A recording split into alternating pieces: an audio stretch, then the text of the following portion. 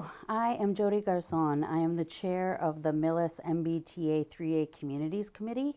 We've been charged with helping the town create a compliant bylaw for the town that will allow multifamily housing by right. With me is Bob Weiss. He wears many hats for the town of Millis, but why don't you explain how you kind of came to be involved with the committee? Thank you, Jody. Yes, I'm Bob Weiss. I'm the Economic Development Director and the Planning Director for the town of Millis, along with a couple of other things. About 2 years ago, when we heard about the 40A 3A bylaw coming, or law coming down the road, which I'm going to refer to as the MOD. I think we'll both call it the MOD tonight because it stands for the Multifamily Overlay District. And when that first came down the line, it fell to me, and I presented it to the select board, and they decided to start up a committee, and they chose 9 folks who are residents of the town and a couple business people from the town to thoroughly vet all the options to create a bylaw, a multifamily bylaw that would fit Millis. So with that, we have, over the years, we have found that there are quite a few questions people have. So that's what we're here for discussing right now. And I'm going to ask Jody the first question, which is, why is the state requiring us to build all this housing? So the thing about this law is that it doesn't require the town to build any housing. It requires that we create zoning that will allow property owners the option to construct multifamily housing without needing to go to the town for discretionary permits. The zoning can be in areas that are already developed, and it doesn't need to be on vacant lots. And this will be an overlay district over parcels that exist. It doesn't mean that this housing will actually be built. We just have to have the zoning available by right on those parcels. So another question that we have had is, would this bylaw change the small town character of our community? It seems like the state wants to turn us into Boston. What do we say to that? Well, Millis has been developed over the years according to what we know as traditional neighborhood development. So you have a house, you have the front door, you have a walk going out to the sidewalk or to the curb, a lawn, and to the side you have a driveway. And that is pretty much the design standards that the MOD is going to have. It's going to do pretty much the same thing. There are standards that are very similar to the single-family housing that we have. So we'll have a height limit of 3 stories. The height in terms of feet will be about the same. I think it's 40 feet to 35 feet. There will be setbacks for the front, setbacks for the side. I think because it's a little bit more compact, that most people will actually find that it's a very human scale, and it's going to be very comfortable for walking through. So another question is, if multifamily housing is allowed by right, our municipality won't have anything to say about its look or its layout. So just because this law requirement doesn't allow for the discretionary approval process like a special permit, it doesn't mean that there's no restrictions on building. In fact, this bylaw as it's written has many of the same restrictions and guidelines that are for the existing development parcels in town. So there is a site plan review process, and it does impose conditions, as Bob just said, on certain appearances, setbacks, and what have you. It doesn't mean that the town has no control over it. In fact, using this bylaw, we have put in place many of the restrictions and controls that will go into allowing this multifamily housing to be built. So another question is, it seems like this law is just designed to make developers rich because it allows them to just come in and build whatever they want. What do we say to that? Well, most of the developers who are going to take part in this are probably not very big developers. They're small developers. And having been a developer in my past, I can tell you it's not a really good get-rich scheme. But one of the things that's been done here with this bylaw, and this bylaw, bylaws like this exist not just in Millis. This is not just about a Millis bylaw. This is about 175 communities who are going to have similar laws. What it allows by having multifamily buildings is that the expensive part of building a home, the excavation of the basement, the laying of a single basement pad of concrete and the foundation walls, is spread out among the 3 units that will be in the house. So it makes it much less expensive. That means that cost savings can be passed on to the owners and maybe the owner's tenants. And so the cost of housing will actually be less than it is now. So, next question. Our schools are already overcrowded, and multifamily housing will cause enrollment numbers to increase too much. Is that so? So there's been quite a bit of research on this. We're not the only town that is required to pass a bylaw like this. So other towns have other consultants working on this as well. And as these issues like school overcrowding have been looked into, the numbers just don't show that building multifamily housing like this is going to substantially increase school enrollment numbers. There's a lot of different factors that go into where families decide to move. Many of these units, as they are envisioned to go on the parcels that you see on behind us on this map, would be most likely for smaller families or families just starting out, couples, even roommates, depending on how they're designed. There may be some impact to schools, but the statistical analysis that have been done for other cities and towns just show that it really isn't going to have a huge impact on school enrollment numbers. It's building of single-family homes that impacts school enrollment a lot more than building of smaller units and apartments. So the question of traffic has also come up. If we have all of these units being built in Millis, isn't that going to create way too much traffic on 109 and roads that are already busy? What do we think about that? Well, let's start out and step back and think, where is all the traffic congestion coming from now? Because people are always complaining about congestion on Village Street and on Route 109. And when you think about it, we've had decades of building single-family housing according to the zoning that we've had in place for decades. That single-family housing causes what we call sprawl, which means that the population of Boston is spread out way beyond the capacity of public transportation. And so what our committee looked at was the location for the multifamily overlay districts. And those locations are, first of all, they're in places where one could actually establish a transit stop, and that's something that we will be working on as we go forward. But it's also within walking distance of most of the amenities that a lot of the people who are going to live there are going to want. You can walk to the supermarkets, you can walk to banks, you can walk to insurance agencies, you can walk to restaurants and barber shops. So it's a very walkable area. And let's consider also who's going to be moving into this, which is Gen Z and millennials. And they've shown in surveys and in places where they've moved that they really prefer not to have automobiles. They prefer walkable areas, and that's just what this is going to establish, is a walkable area. So we don't have water and sewer infrastructure for all this new development. How are we going to handle that?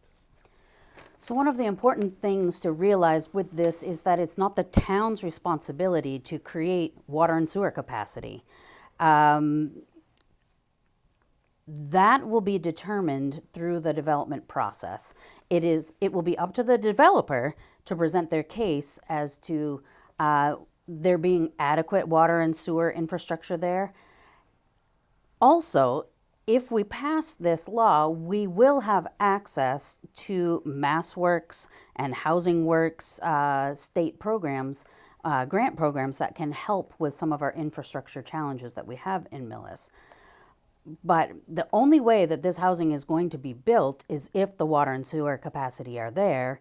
And if it's not evident that it is there, that's on the developer's shoulders to figure out a way to provide water and sewer capacity for what they are proposing to build. So that may provide some constraints to building as well, but that's outside of the purview of what we are tasked with doing, which is to propose a bylaw and a district that will allow the housing to be built. Whether it can be built because of the water and sewer infrastructure, that's a whole other question that will be dealt with by the developers. So one thing that we have heard quite a bit is that building all this multifamily housing will potentially hurt property values as we have smaller units coming into the town. What do we have to say about that? What do the numbers show about that? Well, let's consider, again, the location. Right now, the location of the parcels that are north of Main Street, we have 11 acres that used to be the GAF factory, which is now mostly a demolished building with a lot of rubble, and it's surrounded by a stockade fence, and I drove by it today on Curve Street, and there are plenty of weeds. Around the corner from that is an automobile repair facility, and then go over to Union Street, and you have the old Herman Shoe building, which again, it's behind a chain link fence, and all you see are weeds and rubble from a demolished building. So I guess the question is, don't you think that if an attractive residential neighborhood replaces all that, the property values in the area are going to go up? I certainly like to think so. And think of who's going to be living there. You're going to have folks who are maybe firefighters and municipal employees, but people who work for nonprofits and people who are working for startups and don't get paid all that much are going to be able to afford to live here in those areas. And they're going to demand that the properties are always kept up. So I think we'll have no problems with keeping up property values. So one question is, our community needs housing that is affordable and not luxury units. Is this going to be affordable? So that is what it's designed to be. It's not going to be affordable with a capital A, but it will encourage different types of housing and can create relatively more affordable housing options, just like you just discussed, than single-family homes, because let's face it, single-family home prices are very high right now, and young people are really struggling to find anything that is affordable. This will provide some of those smaller, more affordable units for not just young folks, but also older folks who are looking to downsize, and maybe they don't want to take care of a 4-bedroom, 2-bath house. They really just need a couple of bedrooms and a bathroom, and they'll be very happy to have a smaller place that is a lot easier to take care of. So as part of this overlay district, we are looking at increasing the affordable housing inventory that we have in Millis as well. As most of us know, we do not have 10% affordable housing available, that threshold in Millis. This would allow us to actually be making up some of that ground by providing a 15% affordable housing requirement for any developments that are 10 units or more.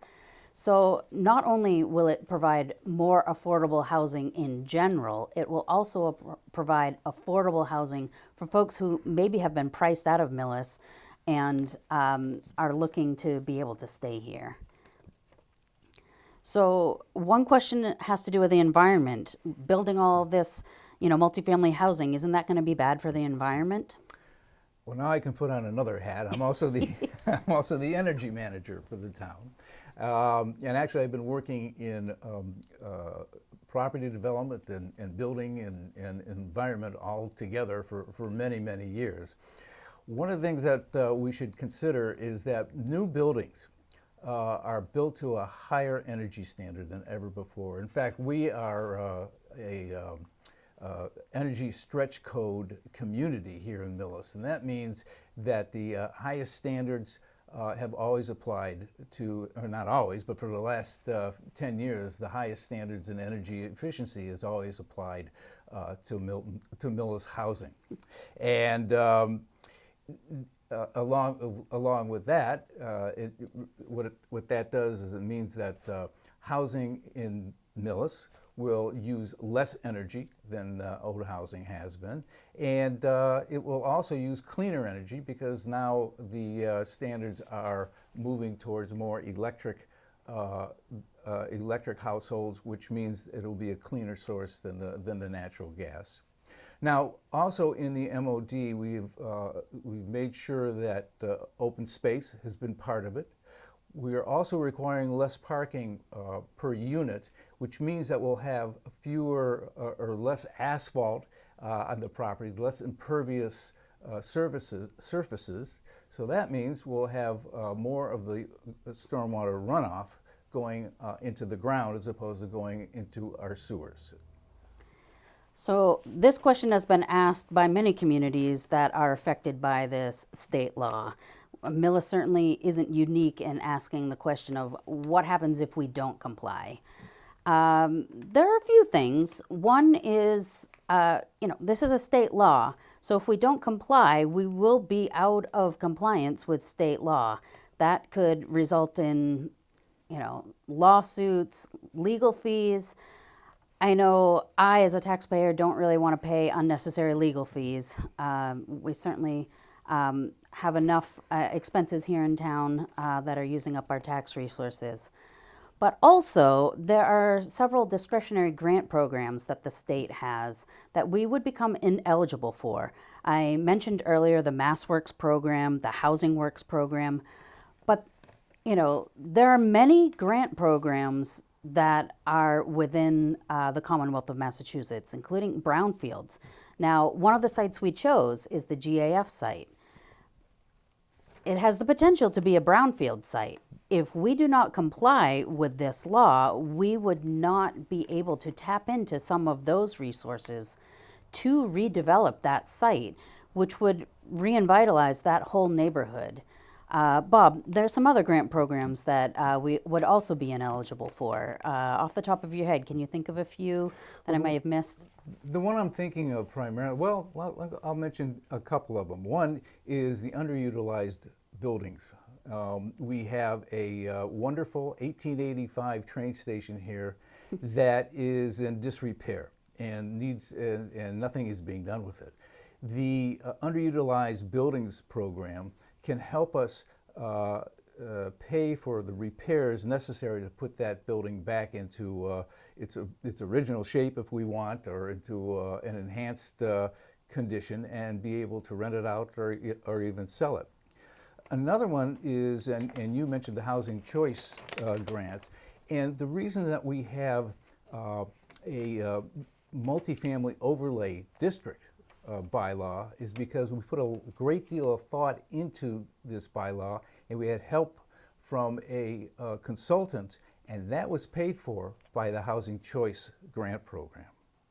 And you had mentioned earlier MassWorks, and let me explain MassWorks. Let's say that a community is approached by a business owner who says, I want to build a factory in your town. It'll employ 10, 15 people, but we'll also pay a lot of taxes, and that'll help to bring down your residential property tax burden. But we need some help. Can you build a small, short road for us with some lights that goes from your main street up to our building? It's probably $3-4 million it's going to cost. And the town says, yeah, we'll just go to the state and we'll ask for a MassWorks program. And so they go to the state, they go to Mass Development, and they say, are you compliant with 40A, 3A the multifamily, the MBTA multifamily law. And they'll say, well, no, we aren't. And they'll have to go back and tell that business, sorry, we can't help you here. And that business is going to say, well, we'll go to a town that has a 48-3A bylaw like Millis. And that's how it works. I think it's also important to note that the parcels that we've chosen are underdeveloped or underutilized. And so for us as a town, this could be a real benefit. It would allow for a more streamlined permitting process for a developer who wants to come in. It could provide some incentives for them to come in, and we would be eligible for state grant programs and would be, if you will, in the state's good graces by complying with this law. I mean, not to say that that's always important, but in this case, where this isn't a heavy lift for us as a town, we're putting this zoning, this overlay district, in areas that could really use some redevelopment. So I would rather push back with the state in areas that are really onerous for us versus pushing back at this point in something that really isn't bad for us and in fact could be a real benefit to us as a town. It will provide a lot more options for folks who want to stay in Millis, who want to move to Millis, who want to be near family members here. We don't have a lot of housing options in Millis right now. There's not a lot of sales going on. There's not a lot of affordable housing, and this gives us some more options that we could have as a town. So I certainly hope that folks here in Millis, when they see what's on our website, you can go to the Town of Millis website and see, you can find more information, all sorts of information and links to different documents with the state and from MAPC and the work that we've done as a committee. And I hope that you can see that what we've tried to put together as a committee along with input from the select board and from the planning board is really something that will be of benefit to us and that you will support this bylaw when it comes to town meeting.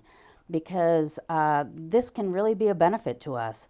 It doesn't need to be seen as something that the state is beating into us, forcing us to do. We are kind of forced to do it, but I think what we've created is going to be to our benefit. So I'm hoping that you join us, you join other members who will be there at town meeting in supporting this bylaw. And let me just point out that the map you see between us right here, if you look for that starting on the 12th or the 13th of November, you'll see that on the town website. And you click on that and you get more information about the bylaw. I'd also like to say that try to keep in mind that this whole thing is not about Millis. It really isn't. It's about the greater Boston metropolitan area and its economic vitality. And whether or not we pass a law, we'll get some of the benefits of that. But there's going to be well over 100 communities in the area that are going to have this bylaw, and they will be getting the extra benefits of being a member of the team, really. And they'll be getting the benefits of those grants that we talked about, and as well as just being in the area and getting the vitality that comes from good economic development. So that's what we have to tell you. Thank you very much. Thank you, and thank you, Bob. And thank you, Jody.